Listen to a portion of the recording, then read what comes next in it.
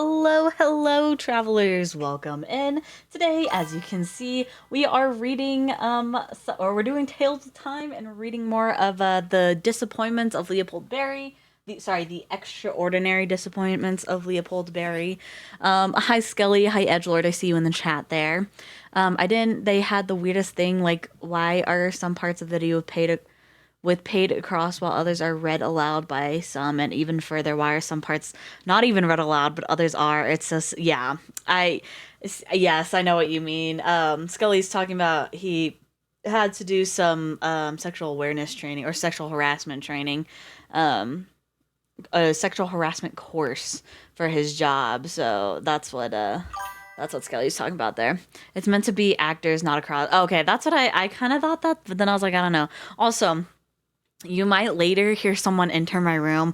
That is my sibling. Just ignore them. We still have some guests over, and so she's been staying in my room. Oh, well, she'll be staying in my room tonight. So if you hear her, just ignore her. Hopefully she'll have earbuds in because she watches her iPad. But yes. um, Hopefully you guys all had a good Thursday. It does not feel like Thursday to me. It feels like Sunday, honestly. But yeah, I'm vibing. I got some plants for my fish tank. It's looking good. I'm tired. Also, gotta love the siblings. Yes, yes. Well, hopefully I can put you to sleep pretty quickly here, Skelly. What else was I going to say? I was going to say something else and I can't remember. Stream tomorrow. I think I might do another double stream tomorrow. We'll be playing, of course, Friday. We always play, what the fuck is it called? Silent Hill F. But I'm also thinking I might play either that, liminal space Minecraft game or Subliminal. We played the demo for it and the full game came out, or at least chapter 1 came out, so I'm really excited about that. So I kind of want to play that. So we'll see. We'll see. But I think we'll probably have a double stream tomorrow just to make up for the lack of streams I've had this week. So we'll have one probably maybe earlier, like in the morning maybe, or maybe like afternoonish, and then we'll have one at 9, which is our Silent Hill one. But yes, that's the plan so far. But guys, I'm so excited. My fish tank, it's almost ready. It's almost ready. Like, I've got some plants. I'm gonna go get more plants tomorrow. I also have to make the lid for it tomorrow. These expectations are tough. Yeah, we'll be getting into those in just a minute. But yeah, I'll have to take a picture of my setup when it's all done, my fish tank setup, because I'm getting my plant light tomorrow for it. I'm gonna get some more plants to put in the water and to have like hanging out of the water, and then we're gonna get our shrimp going up in there, probably this weekend. And like, what if I can relate the book to that one time Uncle Terry drowned me? Well, then that means that it's on topic. So is it really off topic if it's relating to something that happened in the book? I don't know. But speaking of expectations, thank you, lawyer. That's true. My morning is 2 hours behind you. That sounds great. Yes. Expectations. We've been through these, but those of you who aren't, or who are new or just coming in, here are my expectations. I say them every time for Tales with Time. Number 1, stay on topic. I don't really care if you guys chitter chat with each other, all that stuff. I feel like I should change the wording for that, for the stay on topic, because I don't care if you guys talk about other stuff. It's like this is a place to relax, to do whatever. It's more so I just don't want you spamming like random shit. Or like spamming in general, unless like, I don't know. No, there really is not, there's no unless, don't spam. Because I do like glance up when I see messages pop across the screen. So if you continuously spam, I'm gonna like get so distracted by it and just not read. So let's not do that. Number 2, respect. You may have different opinions from everyone else or from me about the book. That's fine. That's great. You can have your opinions. I don't mind that. Just respect other people's opinions and what they might think is happening in the book and whatnot. Which leads into our next one. Check out the actual book or the audiobook. I am not a professional reader. If you want to hear someone professionally read it, or if you want to read all the tiny details yourself because you're kind of lost, which I hear happens a lot when I'm reading. You get lost quite a bit. Then just go ahead and check out the actual book. And also, it just has a really cool cover. Also, my sibling did just enter, so if you hear her in the background, don't mind her, but she should have buds in if she's planning on watching her phone. Do you have earbuds? Okay, do you have headphones though? Because I'm sure you're gonna start eventually watching your phone. Yeah, okay. Um, hey, Pocket, I disrespect your opinion. Yeah, for sure. All right. Okay. But yes, I believe the last time, oh, I gotta see, it's been so long. Like, that's one of the hard parts about like reading only like once a week. Like, I always forget kind of what happened. I have to like jumpstart my, oh, hi, Firewolf, welcome in. I disrespect my own opinion. I've met myself and I suck. Well, you know what, Scully? That's not allowed here. You can't disrespect yourself. Sorry. Not in this house. I have to kind of remember where we left off. They went to Sunderworld. They got themselves a wand. They were messing around with it. Leopold and his friend, I can't remember his freaking name. I can't. Emmett. Emmett is his name, I believe. Is it Emmett? That does not seem. No, it is Emmett. It's Emmett. The last chapter, um, apparently monsters were attacking, and so. Wait, hold on. Oh, so monsters were attacking, but it really wasn't anything serious. The knights came and helped, but they saw on the TV an interview with like the mayor of Sunderworld or the whatever it is, the president of Sunder Hill, sorry. Basically being like, we're looking for what is it? What is it? What are they called? Like someone who controls a lot of Aether, and Emmett's like, bro, that's totally you. And Leopold's like, no, it's not. We all think he's high. We all think he's high. He's got to be high. But anyway, yes, we're in chapter 26 now, as you can see. I did, I learned from my mistake. I made sure there was enough slides, so hopefully we don't run out of slides. And I'm just stuck on one slide, and we all think we're in chapter like 15 for about 2 hours. So, but yes, I think we're all. Oh, and we just got hit with the ads. That is so unfortunate. But anyway, I think we're gonna go ahead and get started. Um, yes. Oh, yes, and Leopold ended up calling the mayor of Sunderhill. I keep saying mayor. I don't think it's mayor. It's like president or something. The president of Sunderhill. My sister's looking at me. She's gonna also be listening in. She's not gonna understand a single thing that's happening. Yeah. Sure, you just heard her giggle in the background. Never mind, drive ad in this economy. Oh no, yeah, you got hit with the ads. Yeah, yeah. Were you not here for when Skelly was who gave out all those gifts and stuff, or did you just not get one? Because I know my alt account, my seconds away one, got one because I always have it playing in the background so I can make sure stream quality is good while I'm streaming. But yeah, yes, I agree, Skelly. I agree. But anyway, we're gonna jump right in to chapter 26. All right, all right. Everyone get cozy, settle in, grab your blankets, grab your drinks. I have a 7-Up because I just wanted one. So, tasty. Fun fact: my quickly became one of the most expensive things in my PC when they skyrocketed. Oh, nice. I don't know what that is. NVMe drive. Add in this economy. Oh, thank you. Oh my gosh. Thank you, Skelly. You get. Thank you, lawyer, for the sub, and thank you, Skelly, for the gifted. I appreciate it. I appreciate it. Look at that. Look at that. Beautiful. Oh my gosh. You guys are so sweet. Thank you. Thank you. Anyway, we're going to go ahead and jump right in. That's going to go off for a hot minute, isn't it? Uh-huh. Hold on. I'm going to let it run its course real quick. Actually, I think I'm 10 times, yes. Oh, hey, that's a heck of a thing to happen while I'm stuck in ads. Thanks, Kelly. Yep, there it goes. It's going, it's going. Oh, I think... Oh, my sibling just left. She must have gotten bored, or she's going to go get her headphones, so she doesn't have to listen to me yap. We're just going to let this run a little bit. I appreciate it, though. You guys are so sweet. Thank you so much. I think it's hilarious though that you guys, well, lawyers subbed as you gifted, so wait for people to claim them. Yeah. Is that what it is? People have to claim them? Or no? Oh, you got the sub from the gift. Oh, is that how that works? Oh, interesting. I didn't know that. I thought there are only 4 people here. Yeah. And he gifted 10, yeah. Well, it goes to all my other, like, followers, too, I believe. Oh my gosh, that noise is... That's actually going to annoy the shit out of me. Stop. No more. Stop dinging in my ear.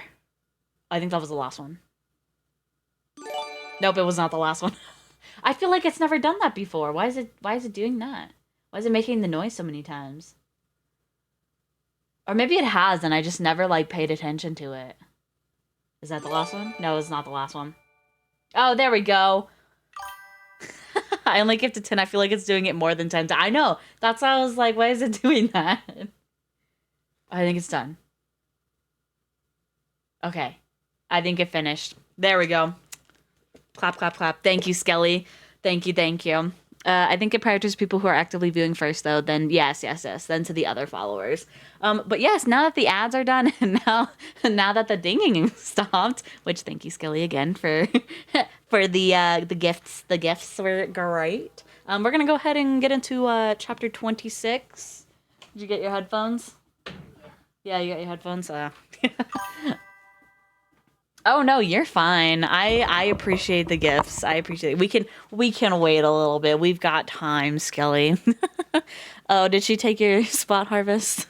All right, we're gonna go ahead and jump right in. On chapter 26.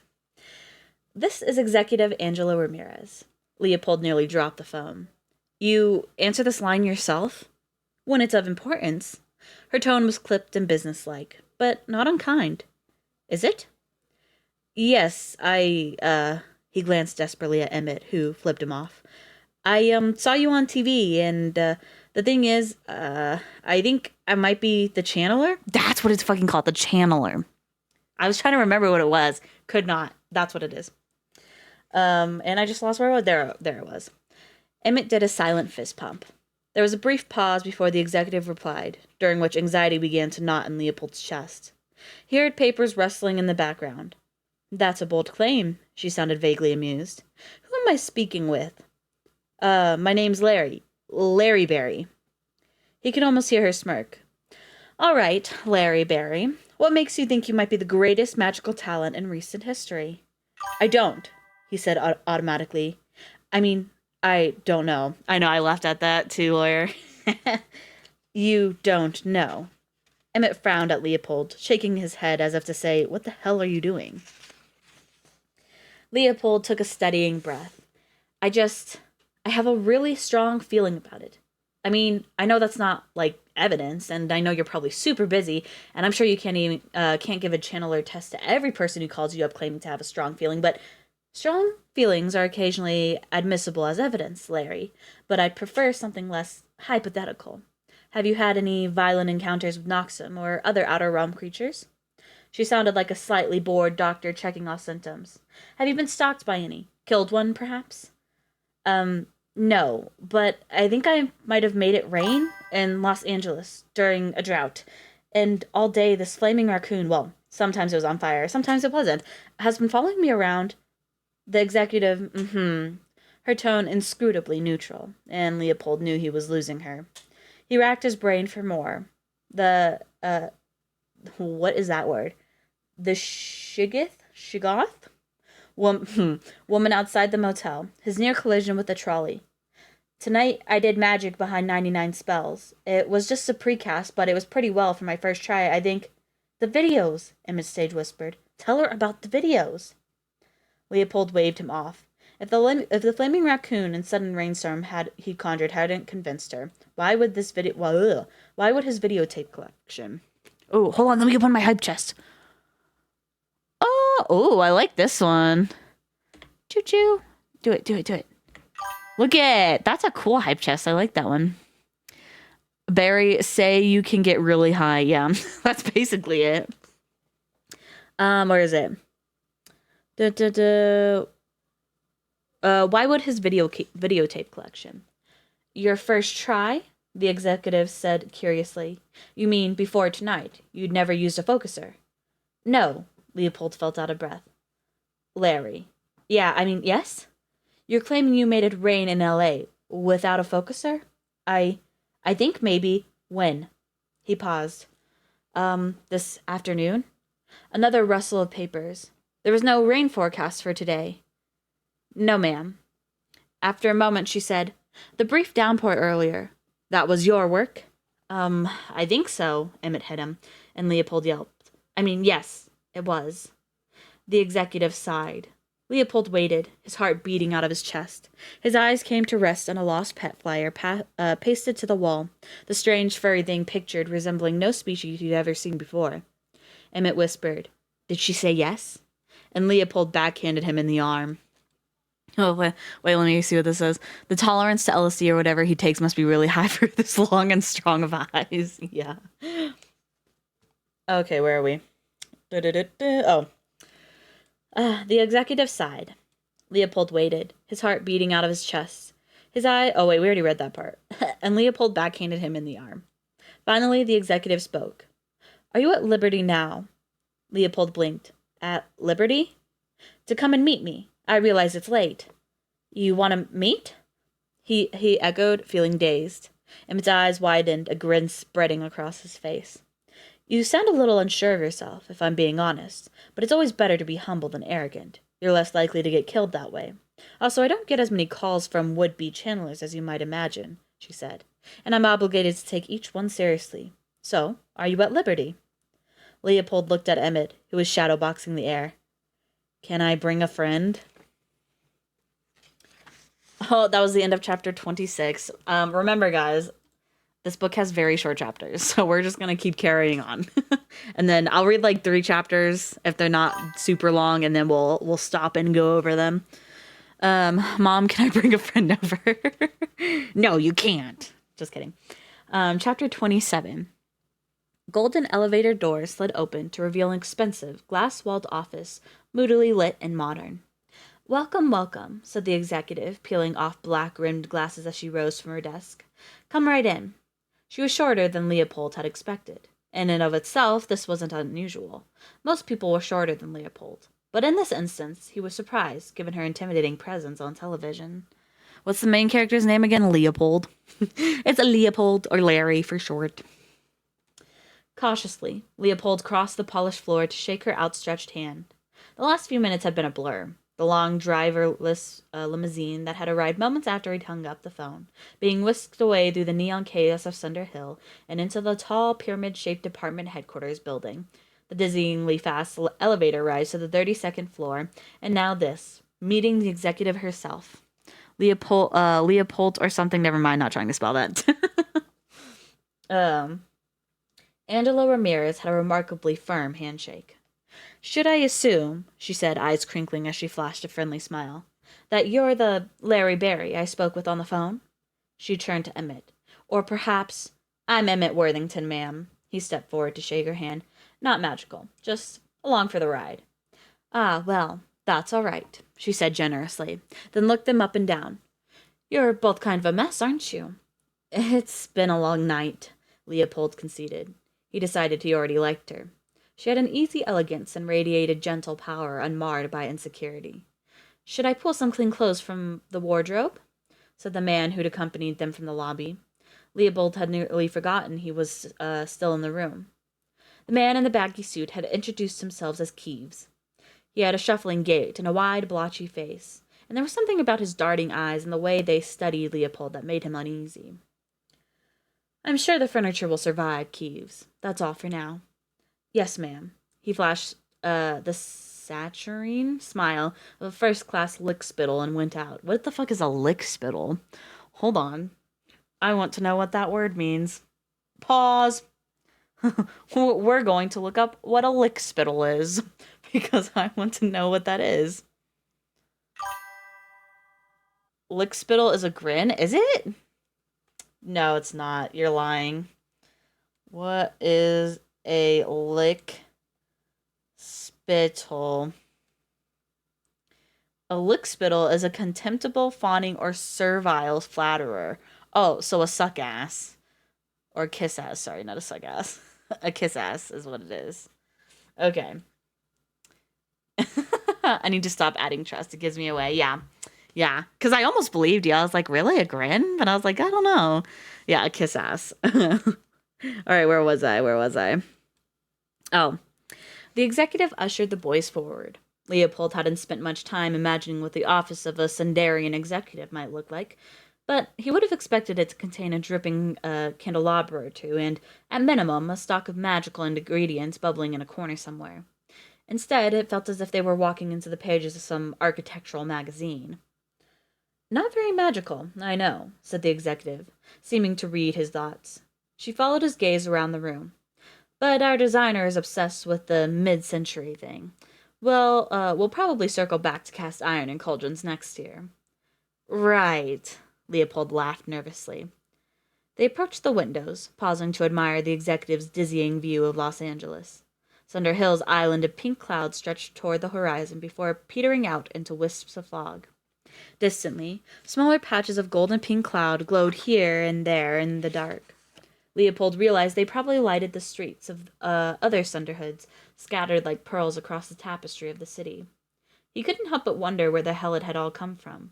Sparks, Sunders, Aether, magic itself, but he told himself that he'd get all the answers he needed once he'd passed the test. Wow, he said. You get to look at this every day? Beautiful, isn't it? The executive remarked, the magical and unmagical overlapping. Just then the pink clouds across the whole city flickered, and her smile disappeared. The color used to be brighter, of course, she said, but increasingly we lack the resources to keep things going the way we once did, though you know that already. She cast a sidelong glance at Leopold. In fact, it's why you're here. Okay, pause. Theory time. Just a quick theory. I think she's gonna be the big bad of this story because she's talking about resources and him being there because they're lacking resources. Are they gonna like use him like a battery? Are they gonna use him like a battery? Request to replace hell with trippy troppy flippy floppy. It is much more appropriate. Sure. Yes, she is business. Yeah, I feel like she's gonna be the big bad. I just have a feeling. I have a gut feeling, you know. All right, we're gonna continue. Where was I? La la la. Mr. Big Business. Oh, here we go. Leopold nodded as if this had been his plan all along. In more than 20 minutes. What the fuck is that sentence? Leopold nodded as if this had been his plan all along, and more than 20 minutes old. Jesus. I don't know why that was so hard to read. Make yourselves comfortable. She gestured to a set of sleek modern chairs. Can I get you anything to drink? Green juice? Herbal tea? Coffee? We had coffee earlier, thanks, Emmett said, settling into a chair beside Leopold. At the bright spot? She laughed. Then you'll be in no danger of falling asleep. Strongest brew in Sunder. When I was doing my finals at the, Lyceum? I'd stay up for days on just one cup. Tends to give you strange dreams, though. She took a notepad and pen from the coffee table and sat down facing them.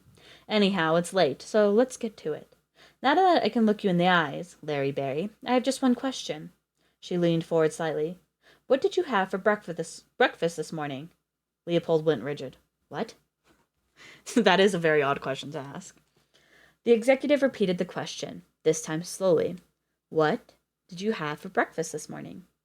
His mind blanked. The ease he'd felt in her presence a moment ago had vanished. What did it matter? What did it matter what he had for breakfast? Is this some kind of trick question? He asked. She only tilted her head at him in response. His panic escalating, Leopold glanced at Emmett, who only shook his head, looking slightly lost. Leopold returned his eyes to the executive. What could she possibly intuit from his answer? Was there... Oh my gosh, you know what? Hold on. A short little story time.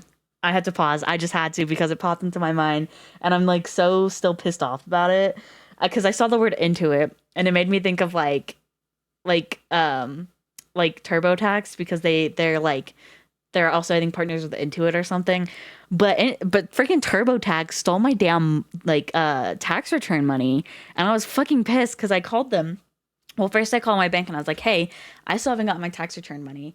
Like, where is it at? Like, is it just being held or like what's the deal?" And they're like, we never got anything." So I was like, "Okay, great." So I called the IRA, or is it, I know is it IRA? No, it's IRS. The IRS. That's what it is.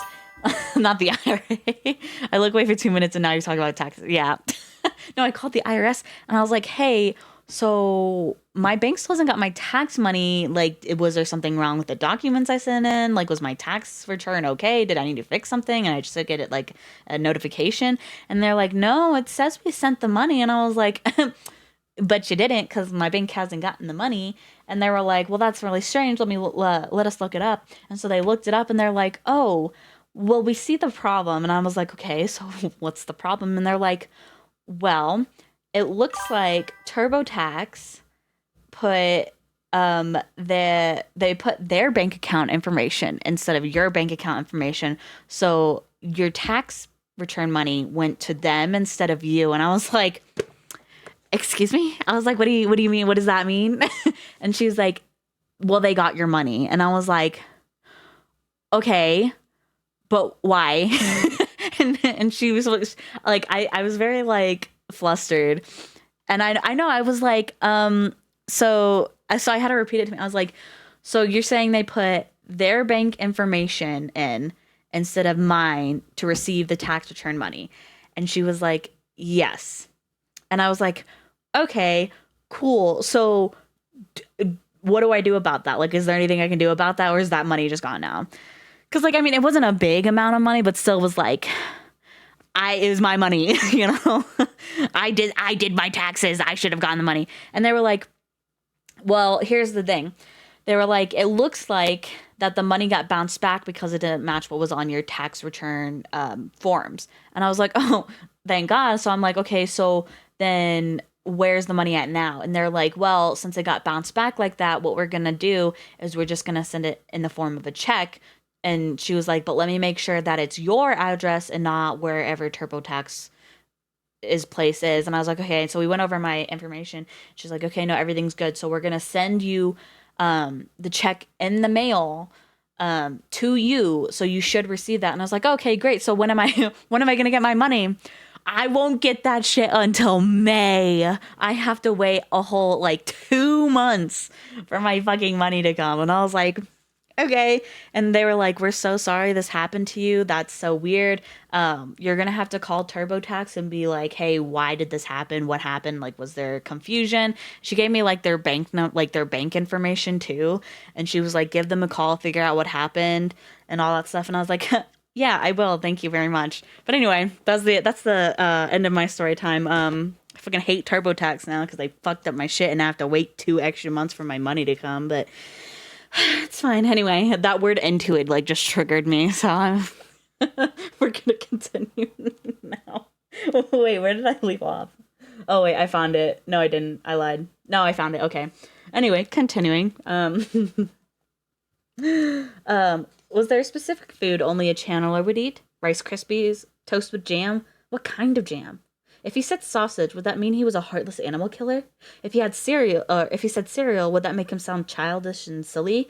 What the hell did he have to? Oh, what the hell did this have to do with magic or channelerness or anything? His head felt warm. He was overthinking it, already messing up a question he hadn't even answered yet. Finally, he said the first thing that came to mind, which happened to be the truth. Yogurt, the kind you stir that has fruit on the bottom, and a banana. Well, half of one. The executive jotted something on her notepad, then looked up at him. "I see. And coffee. No, milk. I usually take it black. That's sufficient. Thank you." Leopold was pretty sure he was sweating. "Yeah, you're welcome." Her face was a study in neutrality, neither pleased nor disappointed. That completes the mental portion of your evaluation. The physical portion will begin in just a moment. Oh, and that was the end of chapter 27. You're welcome. Yeah. Man, I turned that like one like short chapter into like a long ass one with my story. All right, but now we're in chapter 28. After chapter 28, we'll talk a bit more about the chapters we just read, but we're going to continue on. Chapter 28. Wait, what evaluation? Did the channeler test start already? I didn't realize there was a mental part. The executive was hurrying them toward the elevators, notepad under her arm as her heels clicked across the floor. It's a necessary assessment for any would-be channeler. You didn't think we'd just take your word for it, did you? No, I mean, of course not. It's just... The elevator doors opened. Your test consists of 2 parts, she said as they stepped inside. She pressed the button for floor 7. The first, which you just completed, was a quick mental examination, purely pro forma. The second one be a more intense ordeal. The doors closed and they began to descend, the gravity so strong it made Leopold lightheaded. A lump had already formed in his throat. He was pretty sure he knew what she meant by a more intense ordeal. He has to fight a Noxum, doesn't he? Emmett asked breathlessly. Just like Max in episode 4. Episode 4? The executive hesitated. That's Star Wars, right? No, Emmett and Leopold said together. Episode 4, Leopold repeated, confusion briefly displacing his nerves. Of Max's adventures in Sunderworld. You mean Sunder Hill. World, Emmett corrected her. Leopold frowned, adding, It's a TV show. That must have been before my time, she said, a note of impatience coloring her voice. Now, as you mentioned on the phone, you've never encountered a Noxum in person. I can't believe she doesn't know about Max, Emmett said under his breath. Episode 4 of Dexter New Blood. Oh my god, I love watching the Dexter series. I mean, I don't think, what was it? The one where, I don't like one of them. I can't remember the name of it. But anyway. Me neither, Leopold whispered back. But right now I'm a little more concerned that I might be about to die. Fair. Which means you'll be limited to whatever you have with you, provided it isn't too powerful. Wait, I'm sorry, I didn't catch that. Before Leopold could finish his sentence, the elevator came to a stop and dinged, its doors opening onto a bustling hallway. Sparks in dark-hued jumpsuits crossed back and forth, pushing heavy carts laden with equipment. They stepped off the elevator, and the executive turned sharply to face Leopold. You have your focuser with you. My focuser? He patted his pockets, discovering with a mixture of relief and dismay that he still had the Funcast. Yes, I have it. But you're going to give him a real one, right? Emmett said, like a contacts or a Leica high-quality glass? The executive's earlier impatience was turning into irritation. A true channeler, sufficiently trained, doesn't need a focuser to cast spells at all. But his is just a cheap piece of garbage. Nor, she added sharply, does he need someone else to advocate for him. Is it the young Dexter, the Dexter in New York, or the Dexter in a small town? It's like the one in the woods where like he spoilers, quote unquote, dies in the end. No, it's not New Blood.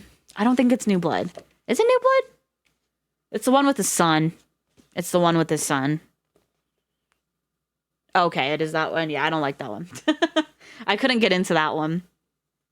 Emmett, Larry, she's right, Leopold said, his jaw tensing. Whatever happens, I'm gonna have to do it on my own. Oh, and that was the end of chapter 28. But yes, okay, so they went to the channeler, or they went to the executive of Sunder Hill, and they're now in the channeler test. So he's about to go fight a Noxum, and hopefully he doesn't die. That one was semi-decent. Wish they did more of the young Dexter, whatever it's called. Is it like Original Sin? That's what it was, right? Original Sin. I like the Original Sin one. That one's good. Yes, I liked Original Sin. Chapter 29. I think we're gonna go straight into it, unless you guys have anything to add about any theories or anything. My theory right now is that I still can't tell if he was just imagining this all, but then it'd be weird if Emmett was there. No. I remember now. My theory is that the Emmett with him is not his Emmett, not the Emmett in his world. It's a different Emmett. Like it's a copy or something.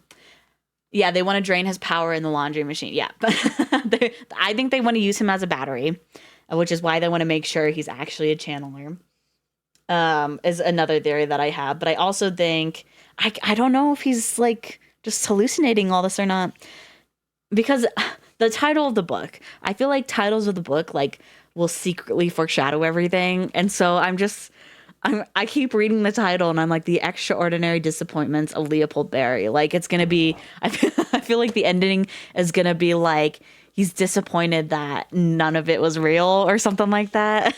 But I guess we'll see. Anyway, we're gonna move on. We're gonna go to. Let me sneeze this out real quick. We're gonna move on to chapter 29. All right, here we go. Chapter 29. Welcome to the Department of Cinemagical Production. Touch nothing. The executive was leading them past signs that read stages this way and no casting in hall. A woman shouted, "Hot points," as they dodged a cart piled with light stands and what appeared to be several flaming spears. "I don't understand," Leopold said as he took it all in. "You're putting me in a movie?" "No, just appropriating one of the old sound stages." They had to hurry to keep pace with the executive. "This is where we produce all our filmed entertainment," she was explaining. "A lot of the Underworld classics were filmed here. Till Death Don't Us Part, Forever and a Day, The Fire Maidens of Catalina." She nodded at a wall lined with movie posters, all unfamiliar to Leopold but one, glimpsed in passing, which summoned an old, half-forgotten memory of a movie matinee with his mom. It slipped from his grasp as they sidestepped. Oh, I feel like he is from Sunder then with that part, but anyway. It slipped from his grasp as they sidestepped a man pushing a rack of costumes. There was a shout from up ahead. "Executive!" Keeves waited beside a heavy, soundproof door marked Stage E. As they approached, Leopold could tell that the underling had been running himself ragged since they'd last seen him. His slicked hair mused and his blotchy face bright red. Arrayed down the hall behind him was a retinue of besooted bureaucrats in gray, 3 men and 2 women armed with clipboards and humorless expressions. "Observers from Standard and Legal," Keeves explained under his breath, scowling at the clipboard wielders. He pushed open the heavy door for the executive. "They're nearly ready for you." Leopold couldn't say what he'd hoped to find on Stage E, but as he walked inside the faintly lit room, he realized he'd pictured more than just a cavernous, darkened soundstage. It might have been 1,000 square feet, or 100,000. Beyond a circle of spotlight, the floorboards fell off into featureless black. Crew members wheeled film gear in and out of the shadows. He looked up. Just visible in the rafters was a catwalk, lights and other equipment hanging from it like spider sacks. Against the wall, a row of folding chairs had been arranged for a small group of observers who were filling the seats one by one. Leopold hadn't expected an audience. The mounting pressure was making him break out into a cold sweat, so he focused instead on Emmett, who at the moment was improvising a pep talk. Something about how he probably wasn't going to die, and even if he did, maybe they could magic him back to life, while the executive consulted with one of the suits. After a minute, she turned to Leopold. "A bit of mandatory unpleasantness." She angled the clipboard toward him. "I'll need your signature on a few lines here. You're 16, right? If not, we're going to need the signature of a parent or guardian." Leopold drew back. He was so offended. He was almost 18. He was over 6 feet tall. He wasn't made of pure muscle, but years of living under Richter's rule had forced him onto sports teams and into the gym on a regular basis. Documented thoroughly. Oh, there was a period there. Documented thoroughly in Chapter 6 of Think Like a Winner, his dad's insistence on physical fitness was one of the few Richterisms Leopold could find no fault with. The gym had given him a safe place to exercise his anger, and in the process he'd learned how to throw a solid punch at a sandbag, sparing Richter the need for facial reconstruction surgery. Now, as he prepared to confront and knock him, he felt almost grateful for his dad's bullshit. "Yeah," he said tightly, "I'm over 16. "Right," she said, reading the look on his face. "Sorry, I'm required to ask." I feel like they're trying to make him, like, very emotional on purpose, because the last time he got, like, overly emotional, he, like, exploded, so... "Sorry, I'm required to ask."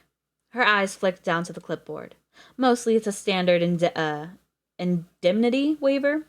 Hold harmless in case of injury, etc. This is not a risk-free endeavor, as I'm sure you understand, but there are 2 non-negotiables we have to discuss before proceeding." Leopold managed a nod. "First, the test results are binding. If we do determine you're a channeler, you must serve as a channeler, for however long it takes to fulfill the obligation. You can't just decide one day that you're tired of the channeler life and go back to your old one. I won't, Leopold said. Oh, that's a big decision. Oh, I won't, Leopold said decisively, though he realized he had little idea of what the channeler life entailed. Season 1 had not covered this. He won't, Emmett echoed. And just so you aren't laboring under any illusions, let me be clear. You'll undergo rigorous training at the Lyceum. It's not glamorous. You'll hardly sleep, and you'll be asked to risk your life repeatedly.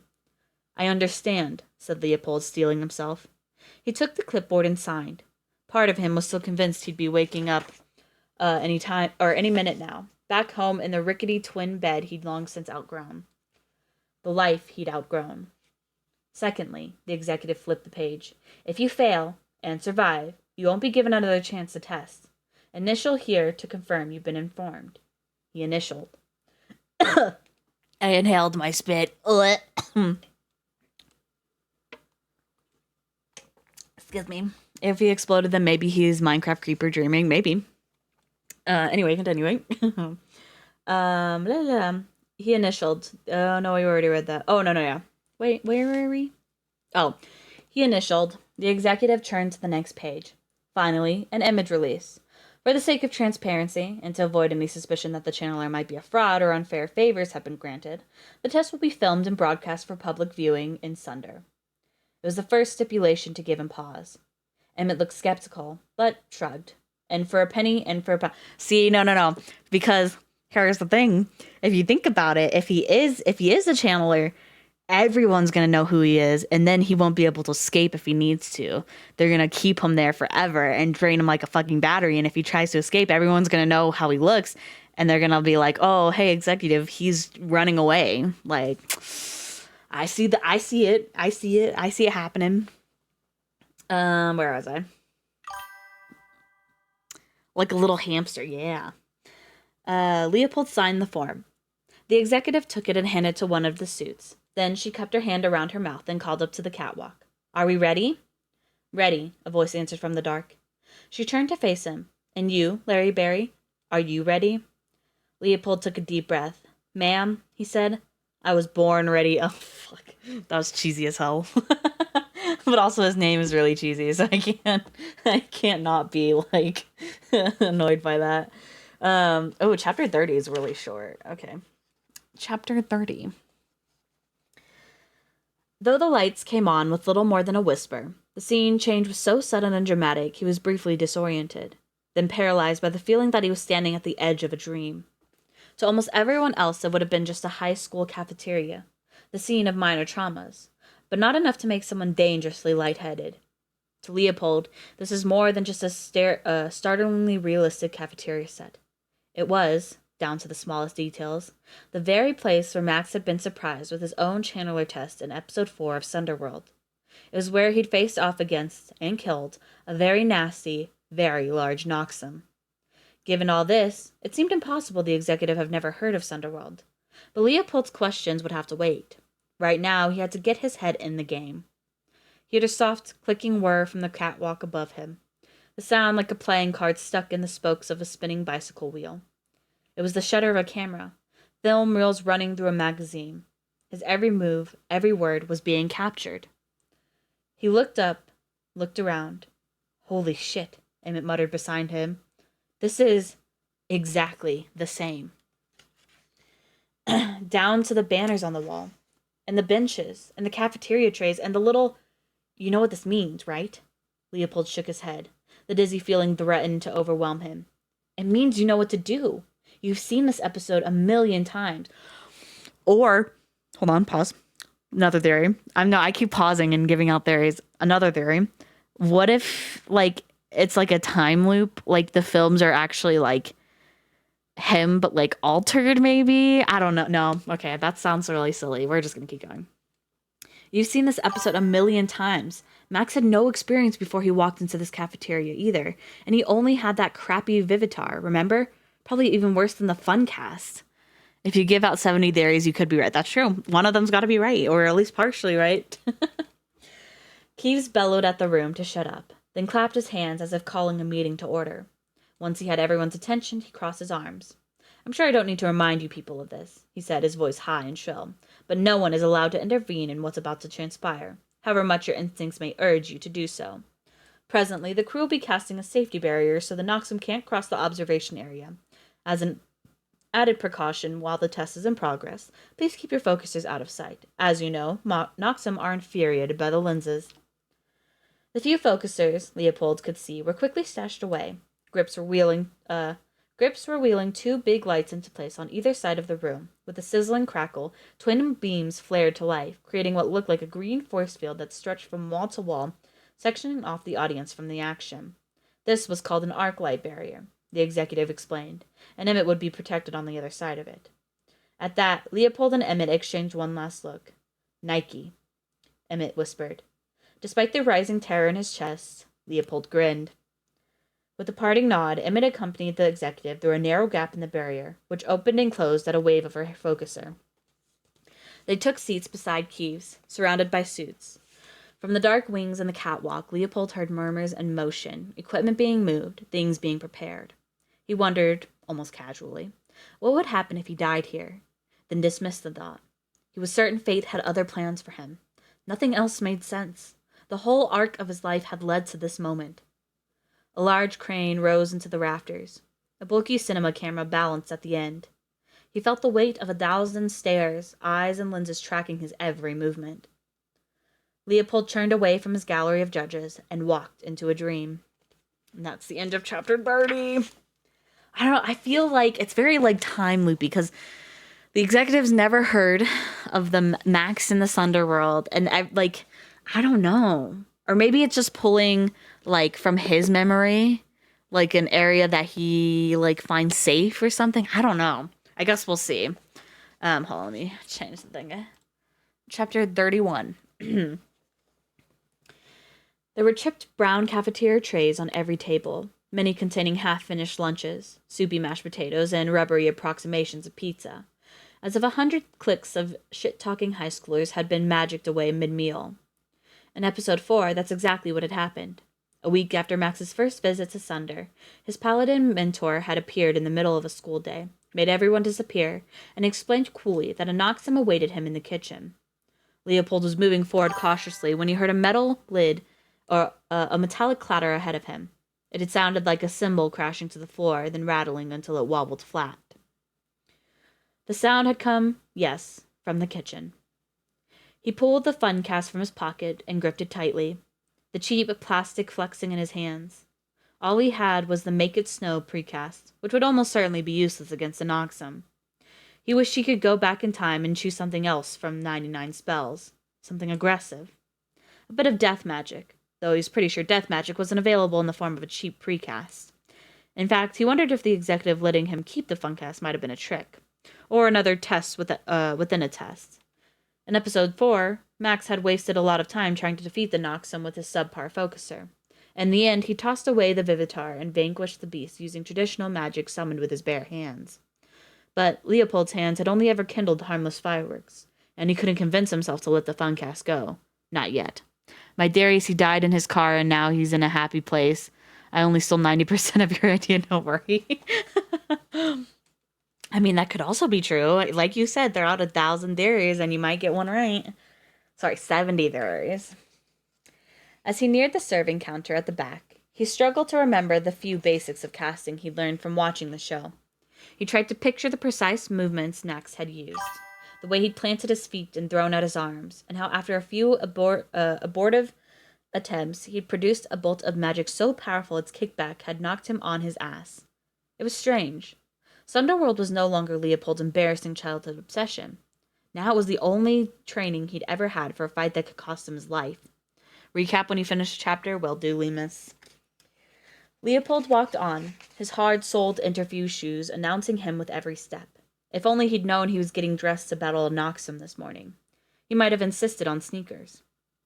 Oh, that was a comma, not a period. He rolled up his shirt sleeves like he was in a movie, readying himself for a street fight. Then, blissfully, he felt a telltale heat building in his hands. He'd begun to imagine roots hidden there, inside the meat of each palm, some magical vein that traveled from his heart to his extremities, an anatomy unknown in his I read that as unknown in his slacks, and I had to pause, and I was like, no, that's not right. Unknown in slacks. I made it. Sorry. I'm immature. Ignore me. I made it rain in LA in August. He wondered if a surgeon would notice, if such things showed up on CT scans. He rounded the counter. Pots of... I'm staring at you, judging you. I know you are, Loomis. He rounded the counter. Pots of goop bubbled like witches' cauldrons behind a plexiglass sneeze guard. Gelatinous rainbow glistened in chafing trays. Wet smacking sounds echoed through the double doors that led into the kitchen. Cautiously, Leopold grew closer. His breath was coming his breaths were coming fast now, his pulse racing to match. He felt energy coursing through him, flowing into his hands. He let the focuser dangle from its wrist strap and pressed his palms together. He'd felt it many times before, the strange heat building along the seams of his scars, these violent tremors in his stomach, but he'd never known what it was. Now he understood. This was his power. He approached the doorway and peered into the kitchen. Industrial appliances, rows of stoves, their huge vent hoods like gaping mouths. A mess of half-eaten lunch meats littered the scuffed floors.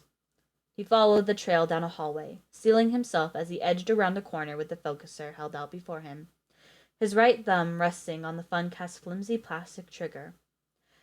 Down an aisle of refrigerators, one steel door hung open, blocking his view of the creature rooting inside it. A carton of melting ice cream flew out and splattered the opposite wall. Leopold took another careful step forward, the movement nearly imperceptible. The chewing sound stopped. There came a low, inhuman snarl. A half-eaten turkey carcass hit the floor and spun across the linoleum, coming to rest at Leopold's feet. Then slowly, the creature stepped out. Sunderworld had studiously avoided depicting Noxum with any real clarity. They were usually rendered in shadow or silhouette. Occasionally there'd be a stomach-churning close-up of some horrible appendage, a gaping maw lined with teeth, or the huge triple-lidded eye that hid beneath armor in the center of its chest. But never the full form. Which is why, at first glance, Leopold wasn't sure he was facing a Noxum at all. It was dressed in the gray uniform of a janitor. Though it looked passingly human at a glance, the details were all wrong. The way it hunched and swayed, shoulders and neck at odd, downcast angles. The strange fact of its bare feet, thick yellow nails curling from its toes, the long, scraggly white hair that obscured its face like some aged heavy metal singer. It let out a strange, satisfied ah, and stretched as if waking from a nap. Long arms popping as they bent backward at the elbows. Ugh, that's disgusting. Sorry. No, this wasn't how the test had started for Max at all. Leopold was in uncharted territory now. The thing raised its head, long hair parting like a curtain. Its face appeared to be sliding down its skull.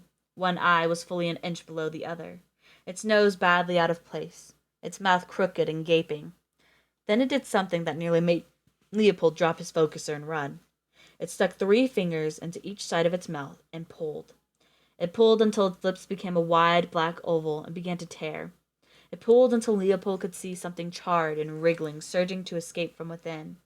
Kept pulling until its face split open, tore down the middle, and peeled away like a leathery cowl.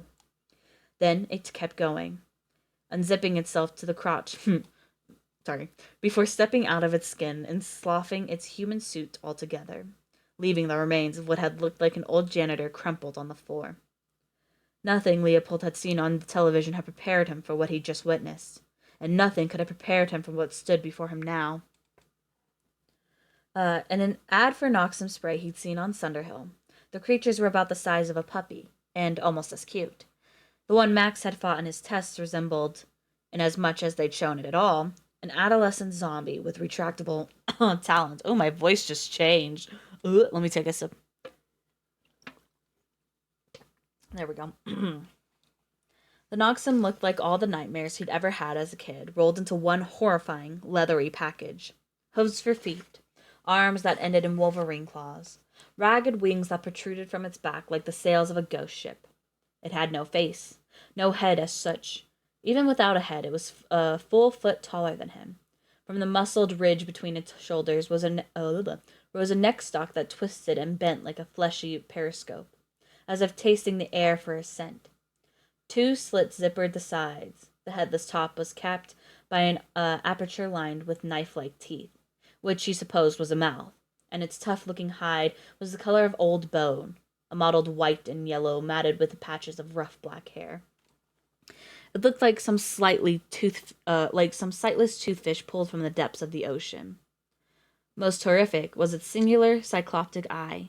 3 lids of armored muscle split apart in the center of its chest, exposing a dish of clouded, sickly yellow that spanned 6 inches.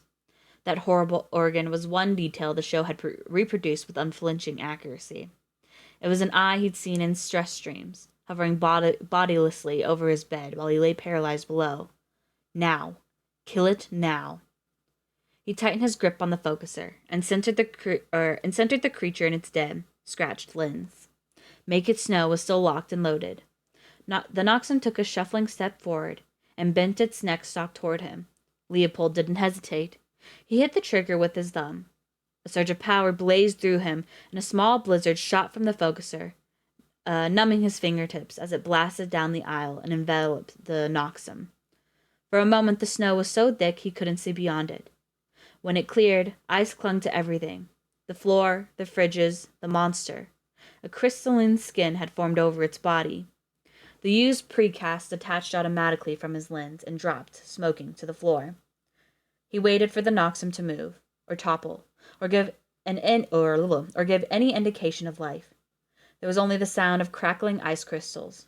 Was it possible he'd frozen it solid? No. The white monster. That optimistic notion had only just entered his mind when the Noxum made a high, chittering sound that chilled him to his core, then shook itself free of its icy sarcophagus. Leopold shielded his face as frozen shards pelted the room with stinging hail. When he lowered his hands, the beast was crouched like a runner at the starting line. It let out a low, guttural snarl and leapt forward. That was the end of chapter 31. We got to do a recap for Lemus. Okay, Lemus, listen up. So, at the end, the last time we read it, they were about to leave, but then a Noxum attacked. The knights came and saved everyone from the Noxum. But then on the TV, they saw that the executive of Sunderhill was like, hey, we're looking for a channeler because we need more power in our city. And so Emmett convinces Leopold, like, hey, you need to call her and be like, hey, I'm the channeler. And so they call her. They end up going over to the executive's office, and are like, hey, I'm the channeler. Thanks for the super pocket watch pocket. I won't abuse it. I swear. So, yes, it is a magic city. And so they go to the executive, and she's like, okay, you're going to have to go through a couple tests to see if you're actually the channeler. And so she asked him, like, a question, like, what did you eat for breakfast? And he was like, I don't fucking know. And now they're doing the physical part of their test, because the asking him a question part was the mental part of his test. But now he's facing an Noxum in this so-called test to see if he's a channeler. And basically that's the recap in very shortened version. But yes. And as you heard from the last chapter, he tried to freeze it and it didn't work. So we're going to see how he decides to do it now. Sure hope he didn't mention the LSD and what he ate part. Yeah. We do have some running theories. Me and Lawyer were talking about it early. We think that the executive is actually the big bad. Just a theory. We're just theorizing. We think she's the big bad because we think she wants to use him, Leopold, for his powers to help fuel the city, like basically make him a battery for the city, you know? But that's just one theory we've come up with so far, pretty much. Sounds like MK Ultra mind control, yeah. But anyway, moving on to chapter 32. Oh my gosh, it's already been like an hour. Anyway, we're getting into it. Oh, Lemus, before I do that though, you missed my rant earlier about how my tax return money got stolen. Yeah. I'm still so pissed off about that, actually. Yeah, not the taxes again. Yes, the taxes again. I didn't tell Lemus the story. I'll make it brief. Okay, basically, I did my taxes through TurboTax, which I've done it every year, and I've never had a problem. This year, I still hadn't gotten my money. This was yesterday. No, when was this? This was Tuesday? Tuesday. No, it was Wednesday. It was Wednesday. It was yesterday. And so I called my bank and I was like, "Hey, are you guys just holding the money or what?" And they were like, "No, we haven't received any money." So I called the IRS. Sorry, I just smacked the mic. So I called the IRS and they're like, "Okay, let me see what's going on." And so they look and they're like, "Well, it looks like TurboTax put in their bank information to receive the money instead of yours." And I was like, "Okay, well, that's not cool." And I was like, "So is there anything I can do about that?" And they were like, "Well, it looks like the money got sent back because the bank information wasn't matching what was on your tax forms. So it got sent back. They got like rebuffed. So they didn't get the money." And they were like, "Okay, so Levis, why do you make me suffer?" So basically, they're like, we're gonna send you your tax money in the form of a check. And she made sure all my information was right, all my like address and stuff. And I was like, "Okay, cool. So should I be getting that? Like, when should I be getting that?" And they're like, "Well, you'll probably get it at the very beginning of May." And I was like, "That's like 2 months away." And she was like, "Yes, it is." And I was like, "Okay." But yes, that's my well, I have to call TurboTax and be like, "What's the deal?" Yeah, that's a felony in my state. Yeah. So I have to call them and be like, "Hey, so here's the deal. I'm not getting my money because y'all fucked up. So either like we need to figure something out because that's just not cool." But yes, that's my little tax story of how my tax return almost got stolen by TurboTax. So,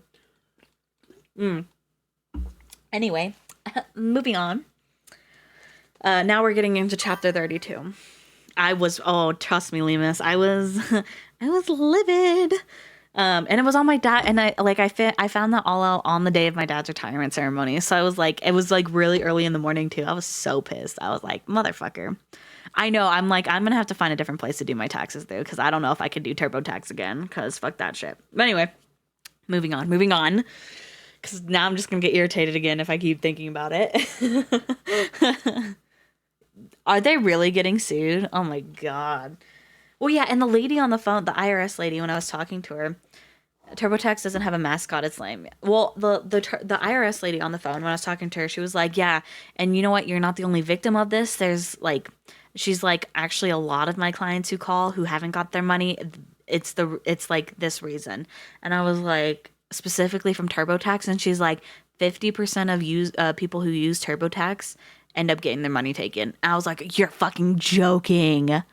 I was like, "You're joking." And she was like, "No, I'm so sorry you're a victim of this. But the good thing is that they didn't end up getting your money. It got rebuffed. So you will be getting your money.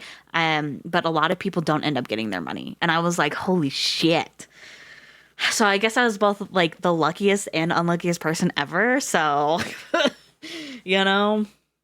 No, I wasn't, and it wasn't even a considerable amount of money. It was just like a couple $100s. Like I really did not get that much money back, and all that. Hi, TV. Welcome in. Well, we're doing our reading thing, but also I'm ranting about how my insurance, not my insurance, my tax return money got stolen, almost stolen.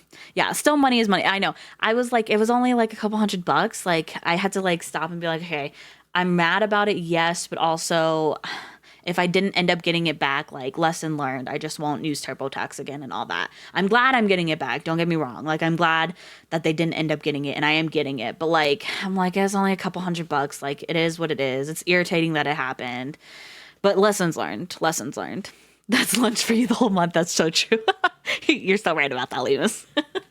Anyway, continuing. I'm here for story. Yes, we are reading The Extraordinary Disappointments of Leopold Berry. I will say we're like halfway through the book, TV, so I think I'm gonna use H&R Block next year, because I've been using TurboTax and they've been fine, but apparently not, because the IRS people told me, yeah, 50% of people who use TurboTax got their money stolen, so they need to reimburse you for the experience. Yeah, that's exactly what I'm gonna call them for. So, that's gonna be like a tomorrow problem though. But anyway, let me carry on. I'm sure people don't want to hear me rant. They want to hear the story. AK lawyer is fed up with me talking about my taxes. So we're gonna continue.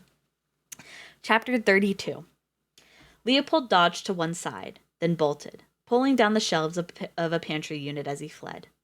A cascade of cookware rained across the aisle behind him, briefly blocking the Noxum's path.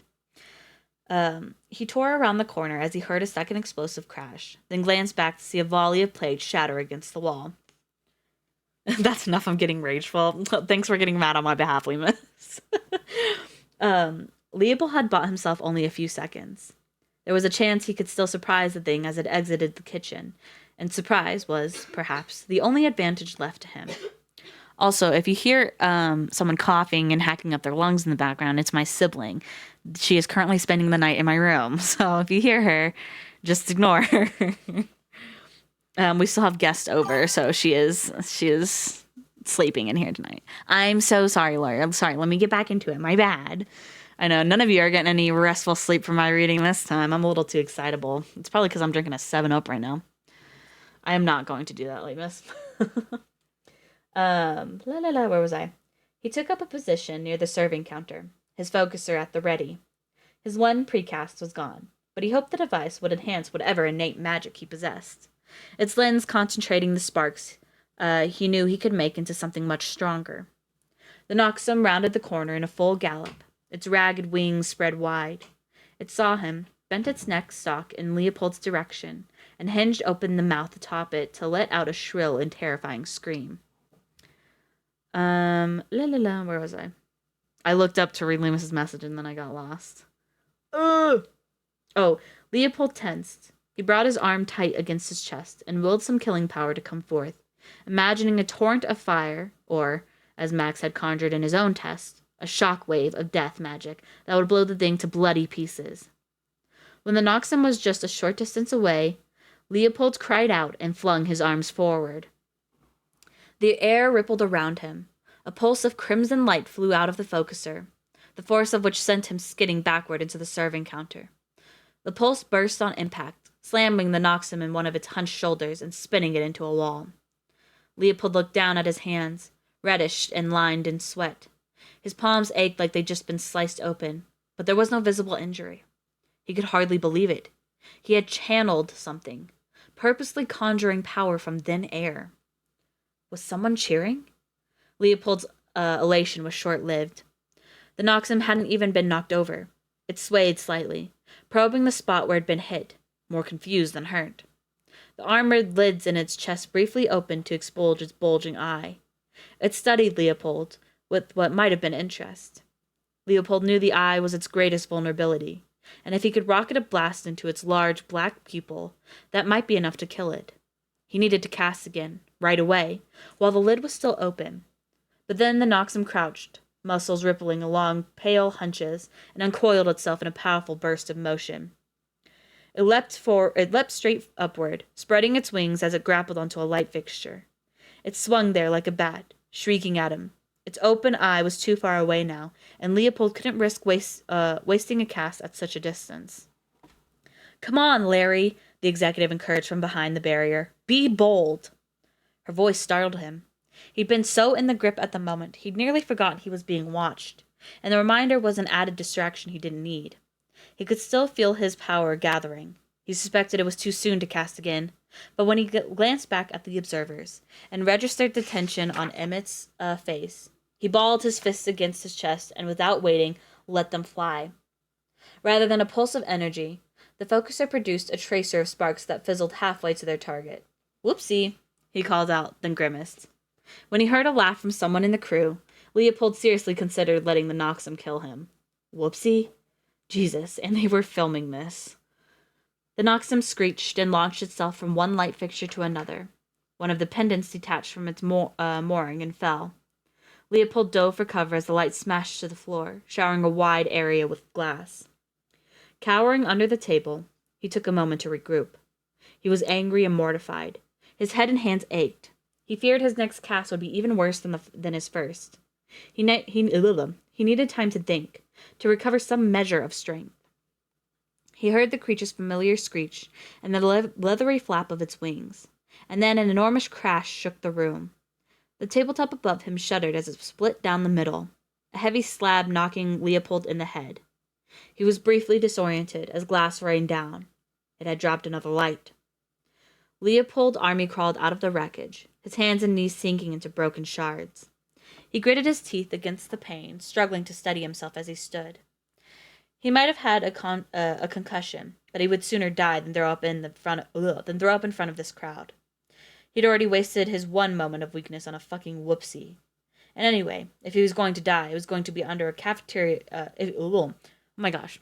And anyway, if he was going to die, it wasn't going to be under a cafeteria table with his head tucked between his knees. Read it right, bitch. Sorry. I'm a little excitable tonight, you know. I should probably stop drinking this 7-Up. The creature crept slowly forward. Leopold blinked as he tried to focus.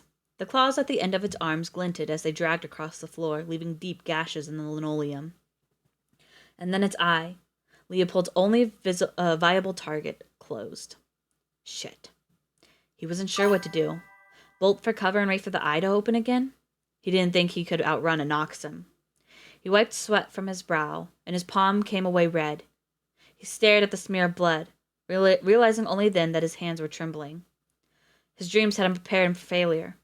Then a shout rang out. "You got this, Larry." Did you take your meds and finish all your soda? Yes, and I'm about to finish my 7-Up, so yeah. Emmett.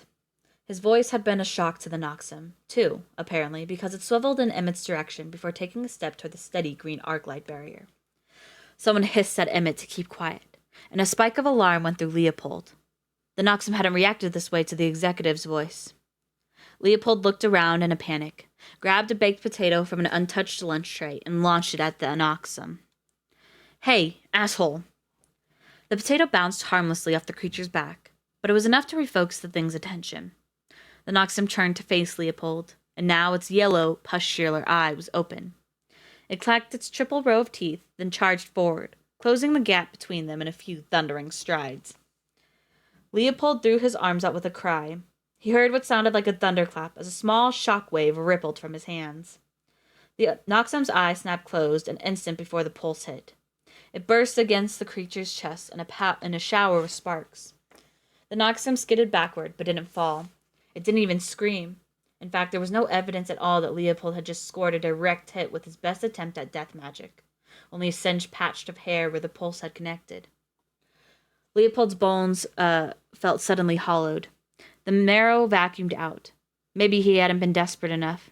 Maybe he hadn't been close enough to death to summon death magic. The Noxum started toward him, slower this time, shaking off its daze, wary now. Breathless and discouraged though he was, Leopold didn't run. Blood trickled into his eye, and he wiped it away.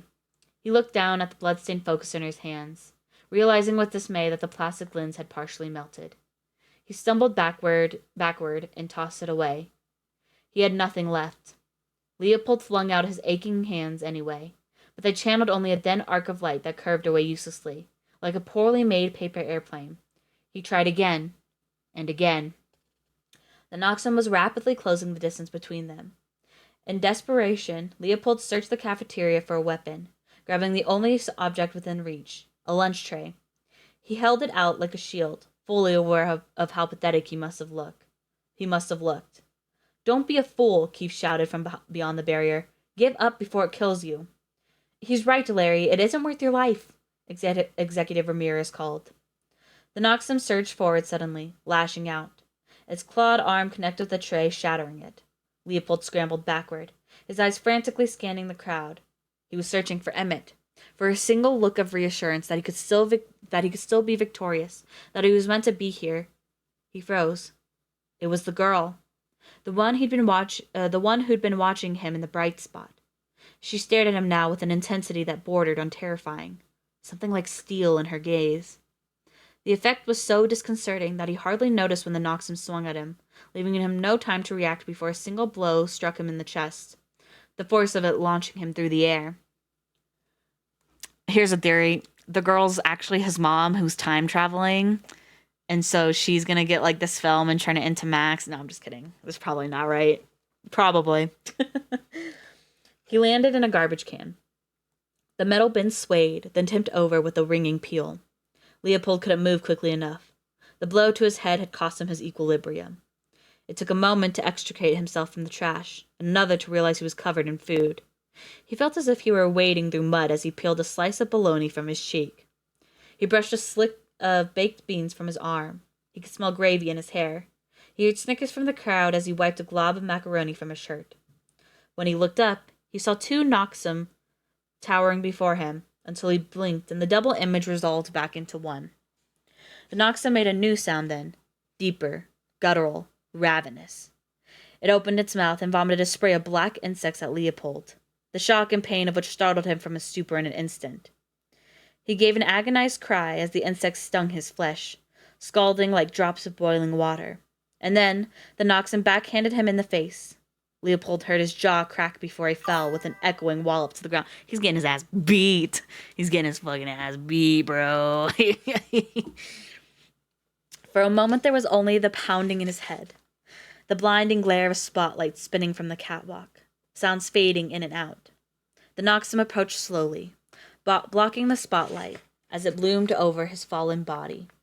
Leopold knew then that he'd lost. More than that, he was about to die. Larry, get the fuck up and run! The Noxum spun toward Emmett's voice, its eyes slitting open. No, Leopold breathed. This was the second time the creature had taken an interest in Emmett. The first time, Leopold had managed to distract it, but now that Leopold had proven weak and uninteresting, the Noxum seemed unable to resist new prey. It wasn't towering over him anymore. Leopold hissed through the pain as he hauled himself into a seated position. He touched a hand to his head, trying to steady the spin as he searched for the Noxum, then spotted it, halfway across the stage, thundering toward Emmett. The arc light barrier, the wall of green light that was supposed to keep the observer safe, chose that moment to flicker out. Oh shit. Chapter 33. He's gonna do it. He's gonna kill it. He gonna do it. Or watch it be Emmett. Watch it be Emmett is the true channeler. Chapter 33. Chaos erupted among the observers. The suits fled their seats and scattered. A few grips were buzzing around the shield lights in a last-ditch effort to restore the barrier. But after a moment, they too gave up and ran. Emmett stood frozen, his eyes round with disbelief. Kieves and Executive Ramirez whipped out their focusers. The executive moved quickly, casting a streak of angry orange fire that slammed at the Noxum in the torso, creating a thunderclap of noise and a spectacular shower of sparks. The beast shrieked, but the cast wasn't enough to stop it. Kieves lifted his focuser next, but the Noxum was faster. With a swipe of its long arms, both Kieves and the executive were flung backward, landing with a crash in the darkened wings. Now there was nothing between the creature and Emmett. Leopold watched his friend grab a nearby light stand, wielding the pointed end like a spear. Leopold's body was shaking. Pain radiated from his shattered jaw. His legs, his bloody hands, he was covered in wet garbage. He was out of magic. None of that mattered. Somehow he regained his feet. Somehow he was running, the clarifying terror of the moment narrowing his consciousness to a single point of focus. All else an afterthought. By the time Leopold reached him, the light stand had been torn from Emmett's hand. His friend had been knocked onto his back, teeth clenched as he cradled his arm, a jet of broken bone visible. The Noxum rounded on Emmett now, and Leopold knew there was no time to think. So he didn't. He'd never remember the exact mechanics of the moment. Only the adrenaline surging doom as he leapt onto the monster's back.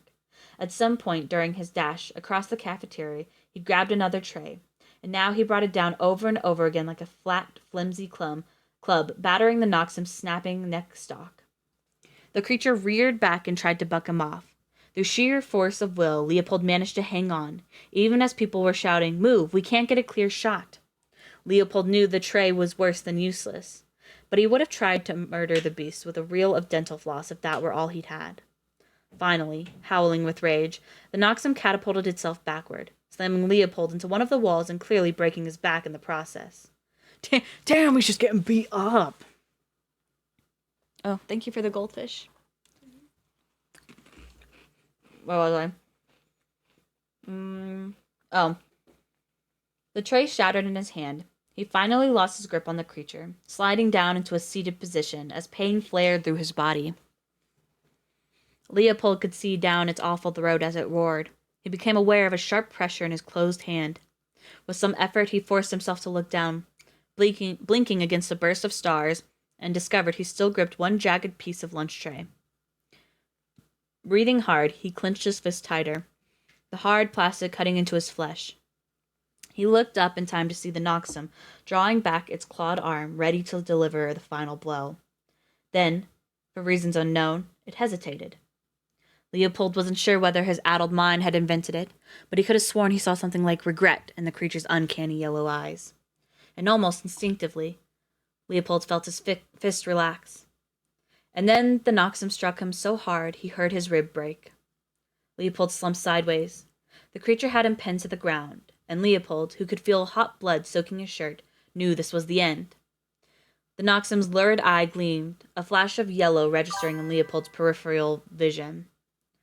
Marshalling his last ounce of strength, Leopold stabbed the shard upward. There was a deafening howl, a cry of pain, then a terrible, smothering weight fell across him, and the world dimmed to a darkened smear. And that was the end of chapter 33. Oh my gosh, so he got beat up. Didn't last a single moment. He was holding up pretty good, and then he got beat up because he ran out of magic, so. Sorry, I got goldfish. I'm munching on one real quick. I know, every time, well, it was like, oh, and his back broke when he hit the wall, and I was like, oh my god. He should have shot up some LSD. Imagine the crunch when yeah, that's just horrible, man. But I'm curious to see if he'll be, like, fully healed in this next chapter. Alright, chapter 34. Leopold felt weightless. He seemed suspended in liquid and substantial as he floated, something whispering along his skin. Movement skittered at the edges of his vision, but sleep beckoned, drawing him deeper into the murk. The dark seemed infinite. Sorry. A maelstrom of night terrors, more sensation than image, locked in a lightless berth on a storm-tossed ship, trapped in the hot prison of some great beast's mouth. Through it all, the feeling of hands moving over him, handling him like baggage, then falling endlessly through black, wind-driven rain. He felt a sharp burn and winced, then made a sound in his throat, the strangled wail of someone trying to scream while dreaming. The liquid world seemed to converge around him then, compressing until sleep was no longer relief, but imprisonment. The sounds in his head no longer soft, but searing, then roaring, sharpening to an unbearable crescendo. He drew a sudden, ragged breath, and his eyes flew open. Get me Form 5A, partial revision. Got his address? It'll be on his ID. Make sure someone has a copy of his license. The velvet dark was gone, and in its place was nothing but torture. Agony drowned him in buffeting waves, radiating toward him, outward from his chest. Consciousness, it turned out, was unbearable. Someone muttered an incantation close to his ear. He heard the metal click of a focuser being adjusted. What's happening? Leopold managed to say, his voice raspy. White tiles came into focus above him, all around him. He seemed to be on some sort of bed in a windowless, nearly featureless room, the corners wavering in his unsteady vision. Suits crossed back and forth, shuffling papers as they spoke in terse undertones. A man in a white coat appeared, but didn't look at him. Where am I? Leopold said hoarsely. He tried to sit up and was rewarded with pain so severe it nearly took his breath away. Who are you? The man shook his head. Best if you don't talk. I'm about to give you a paralytic, and you don't want to get this in your mouth. Wait, what are you? A bright flash blinded him. Leopold screamed. His heart pounded furiously. There was a metallic tang in his throat, his gut. He was certain his head had caught fire, that every bone in his body had been pulverized. But just when he thought the pain might never stop, it did. Leopold discovered he could move. With great difficulty, he managed to push himself up onto his elbows. He squinted against the flare of fluorescent lights, his brain still throbbing in his skull. He was trying to remember more than his name, more than his shoe size and the color of his eyes. The man in the white coat had turned away. Where am I? He tried again. What happened? Tell the wardrobe to get in here. Not sure what we can do about his shoes. Hey, he said sharply. He sat up straighter, frustration beginning to clear his head. The scrum of bodies around him, too, had begun to clarify, and he scanned the room until he spotted a blurry figure he thought he'd recognize. What the hell is going on? Fred's not still on his break, is he? We'll need the car in 5, and I'm still waiting on confirmation.